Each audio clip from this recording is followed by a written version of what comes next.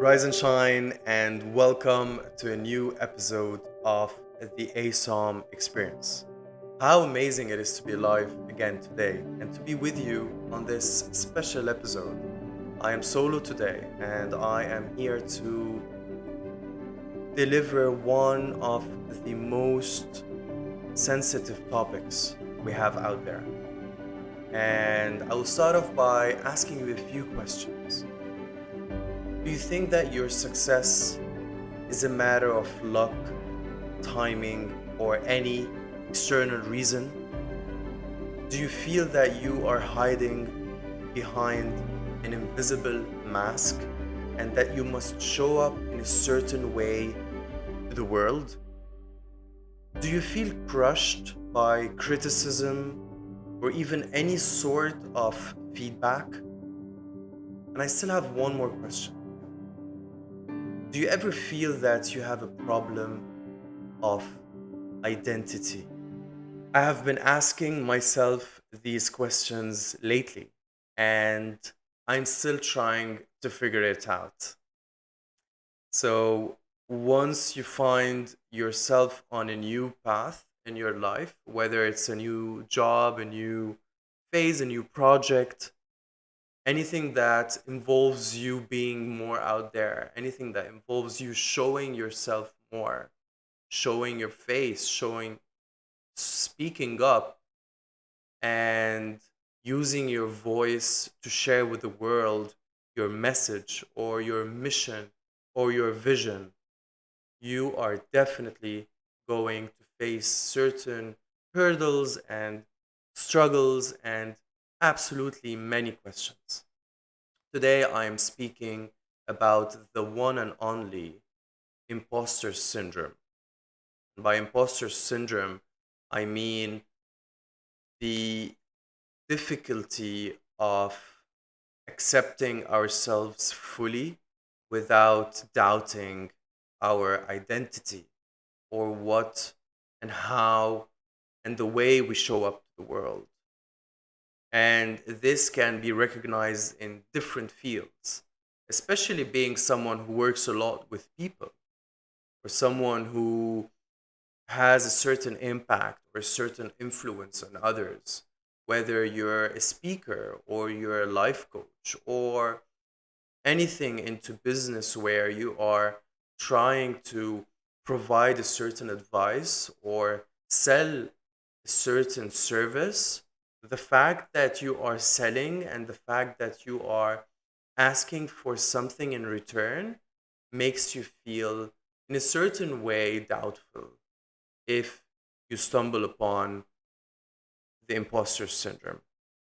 And today I will be sharing more around um, some of the ways to overcome it. And I was totally inspired by TEDx speaker Valerie Young, who I'm quoting her. She said, "The only way to stop feeling like an imposter is to stop thinking like an imposter." And this brings us back to any concept that relates to the psychology or the way we, look at ourselves is merely and mostly a reflection of the way we think about ourselves. So, what is the way, or what are the steps, or some tips to overcome this syndrome, and how are we going to work on ourselves to pass the do the leap and go through that? So I've listed a few steps here, some which I apply to myself and some which are inspired also by amazing teachers out there. And the first and the foremost is to break the silence. And when I say break the silence, is many of us are living with unspoken words. And we have so many ideas, we have so many opinions that we tend to keep to ourselves. And so many times and so often we are there just agreeing. just being, there to try to, blend in a way or another, to try to be accepted for agreeing with the others. Also what I call by nodding. Like this this is very simple to do, but yet it's also creating a lot of suffering because it blocks us from really expressing ourselves. And there's nothing wrong with really breaking the silence and speaking up. If there's any topic that, you are not okay with or you disagree with, you know, um, it's totally okay to debate. It's totally fine to, confront a certain situation and speak up and give your opinion because it matters. And there is no right or wrong. As long as it's something that's coming from within. And this is something that I've learned also over the years. I used to be someone who always agrees because I truly wanted to have others like me in a way just by agreeing with them. However, I found out that if I had not, broken the silence and given my opinion, I would only be a follower, and my opinion would be just, blocked. So tip number one is really break the silence. Tip number two, and the main work to be done, is the inner work. So do the inner work. And when I say do the inner work, is sit with yourself, do your rituals, your meditations, your journaling, um, whatever is good for you, whatever makes you feel better, healthier, more inspired, more creative. Do that work. Go on for walks, go out to nature, go dancing, do anything that makes you feel better than the way you were feeling. So that inner work also helps you to connect with yourself. And I feel that many times when I'm working on a certain project and there's that voice that comes and there's that micro doubt where I'm asking myself, like, am I really able to provide that level of service or of quality or of added value? And when this voice visits me, immediately I look at it and I identify it. And then, what I usually do is I sit and I meditate and I let that voice, speak up. You know? I go there and I listen and then I say, thank you. No. So that's one way that I apply to myself in terms of the inner work that I do. And there are different other forms. And I'm sure that many of us have their own techniques and tools. And it can be so many ways. Um, but you know exactly what works for you. Um, Tip number three would be communication and sharing.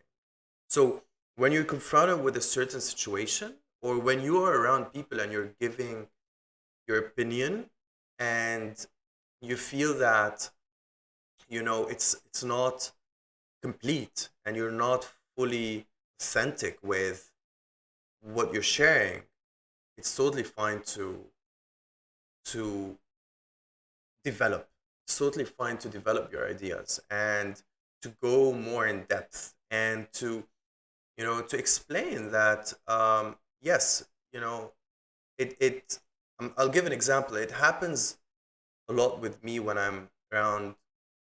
Usually it's closer people, and I tend to go into emotions and I tend to express, like here I'm feeling vulnerable, or here I'm feeling insecure, or or here that's something where I feel that I'm not fully there yet. But the fact that I can communicate and that I can share with the people that are in front of me creates so much, first of all, trust with them, but also the fact that speaking up and sharing. This is key. And communication and the way to share also is comes with a lot of training, and it's a skill that we grow. But for us to do so, it starts with first conversation. So the next time you feel that you're around people with whom there is a sensitive topic and that you feel like you want to give your opinion, do that. Do that fully, and you will see there will no be any consequence. The worst case that could happen, they're going to look at you and they might disagree, they might laugh, they might, whatever they do, it doesn't matter. And this brings us to one of our next tips. But just before that, I'm going to go to tip number 4, which is separate your feelings from facts. And this is something that's hard to do usually. When I say feelings, and it's something that's usually related to your heart. So you can tell when you're in a certain situation, the way you react, or the way you, even before reacting, the way you identify the situation and the way you identify yourself into that situation is based on two main things: your mind and your heart. And your mind is, your mind usually, tries to warn you in a way or another, and your heart is where the feelings come from. But if you can if you can use your mind to identify facts, and you can separate these facts from your feelings, that would allow you to be more confident and more sure, and to know how to handle the situation, and to know how to be more authentic. So, once again, try to separate your feelings from facts. And when I say facts, facts around what you do, how you do it, what you deliver, the work that you bring out, the message that you share, all of this. Another tip is, and I've mentioned authenticity, and I would say try to identify when and where you might be unauthentic, and try to see where is it coming from. So in case you were in a certain situation and you're pretending, or you're trying to make a point that feels like a lot of effort, that feels like there's, you're pushing, there is this pushing, instead of like, okay, this is my point, and I don't have to justify it, or I don't have to overreact.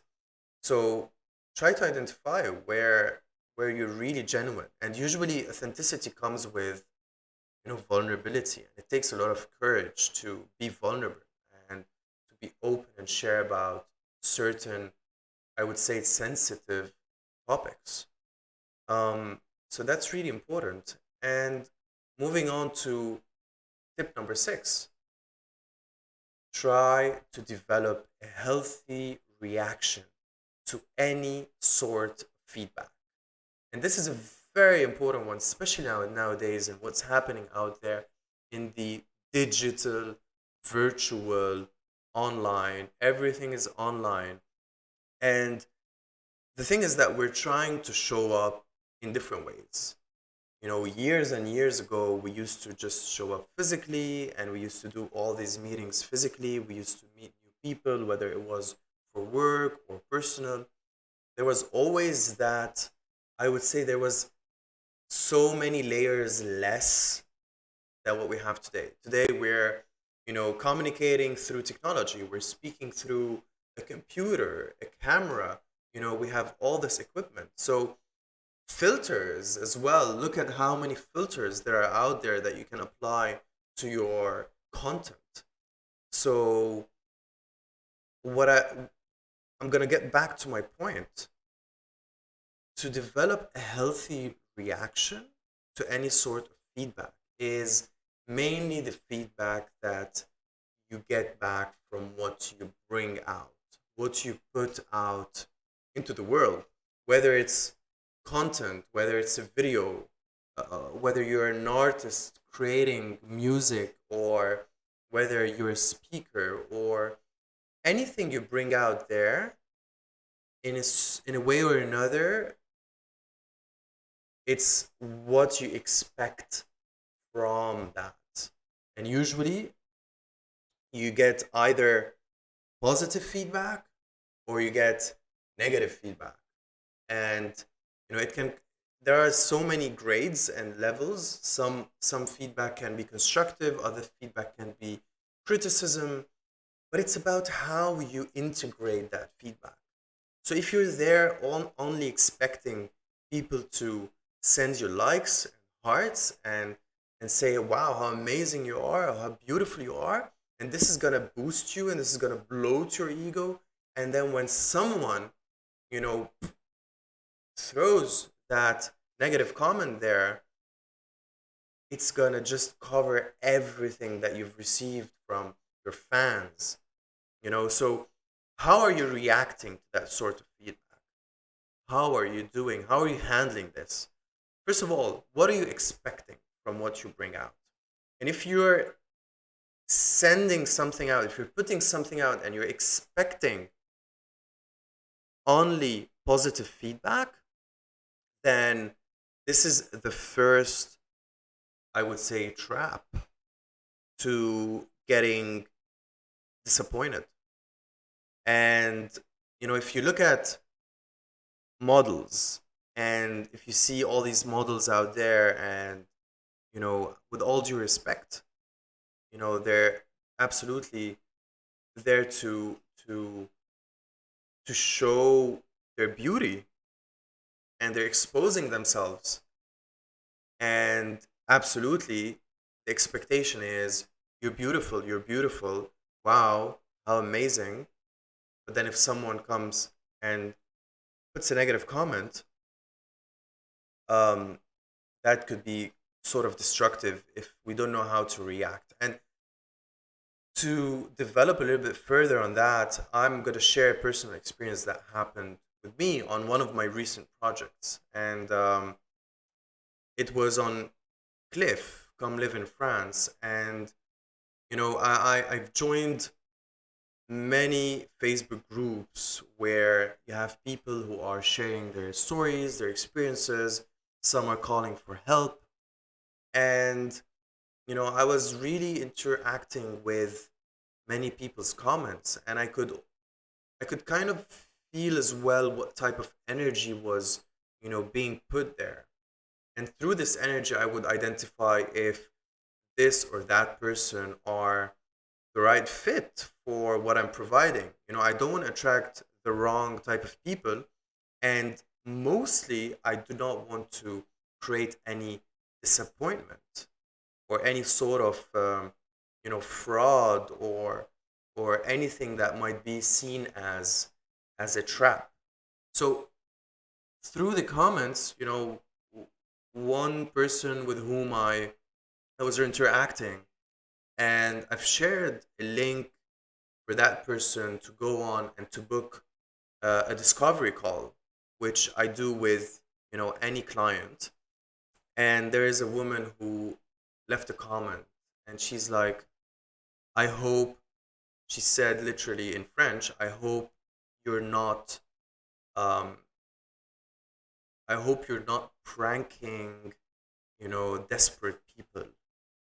uh, and when I read the comment, I could feel immediately the emotions that rose up in me.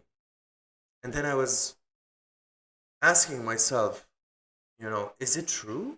Am I really a fraud here? I got that voice immediately coming and screaming into my face. And and then I took a few minutes, to understand what was happening, to really think it through. And then tried to separate the emotions from the facts. The facts are that I know what I'm providing and that I know who to provide it for. And the emotions were, yes, I was touched. This, I felt like it was a whole, mm, I felt offended in a way or another. I felt like I was completely on defense mode. And then came my reaction, where I simply wrote an answer to this woman, which was coming from a place of, I would say, empathy. Because I totally understand that there are so many cases out there of people who are pranking, people who are frauds, with all due respect for those who are not, those who are trying their best. But then I responded to this woman by thanking her for being, so understanding and caring for the people who she's trying to protect. And I also even asked her to book a call so that we can discuss.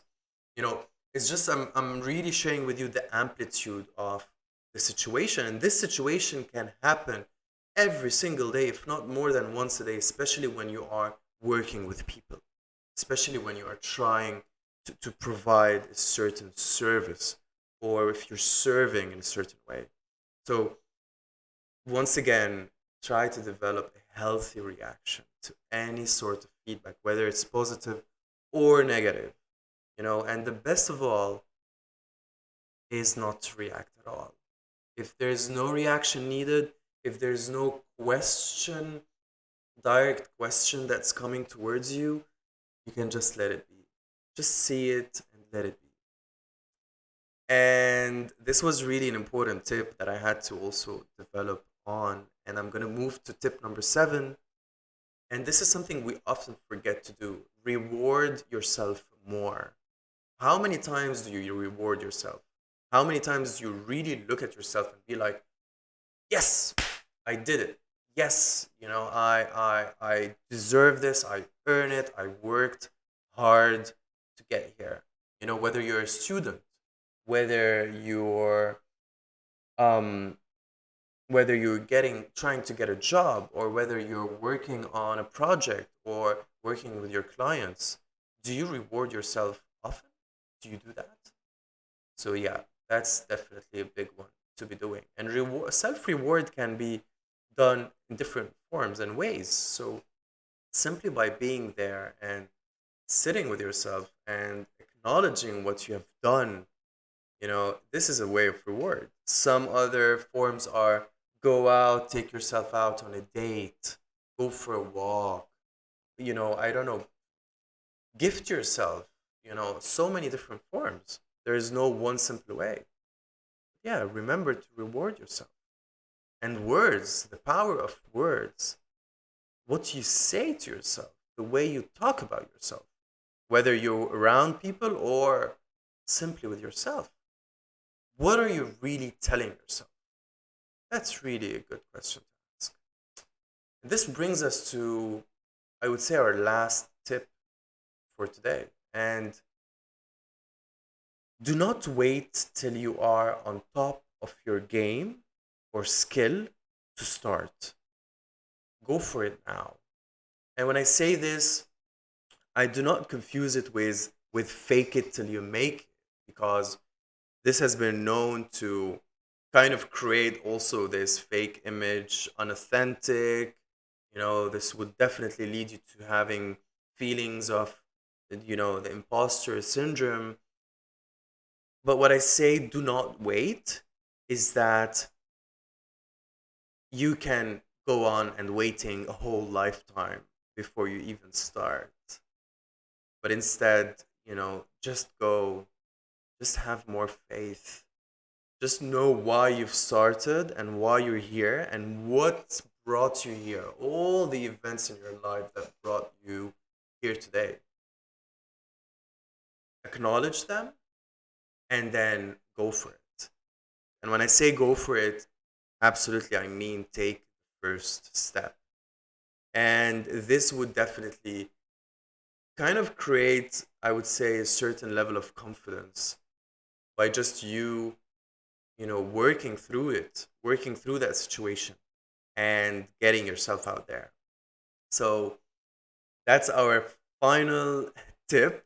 I'm very happy to be sharing with you these, and I will go again once through the list before we end this episode. So, number one, remember, break the silence. Number two, do the inner work. The biggest work is the inner work. Number three, communicate and share more. Number four, know how to separate feelings from facts. Number five, try to identify where and when you might be unauthentic, and try to see where is it coming from. Number six, develop a healthy reaction to any sort of feedback. Number seven, reward yourself more.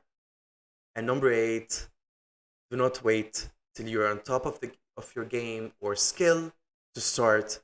Go for it now. And I hope at the end of this episode you are already thinking, what can you do differently? And I must say I'm extremely grateful that you're here listening, showing up, taking the time, because this is the best thing you can offer yourself. It's time to grow and to explore new possibilities within you and work on certain areas, grow yourself and expand and become a better version, because you have a very strong impact on the world. So I thank you for being part of this episode and the ASOM experience. If you haven't subscribed or followed, please do so. It would mean a lot. And it would be amazing also to hear and read your comments. So if you have any comments, please add them in. And I wish you an amazing day or night, wherever you are. See you in the next episode.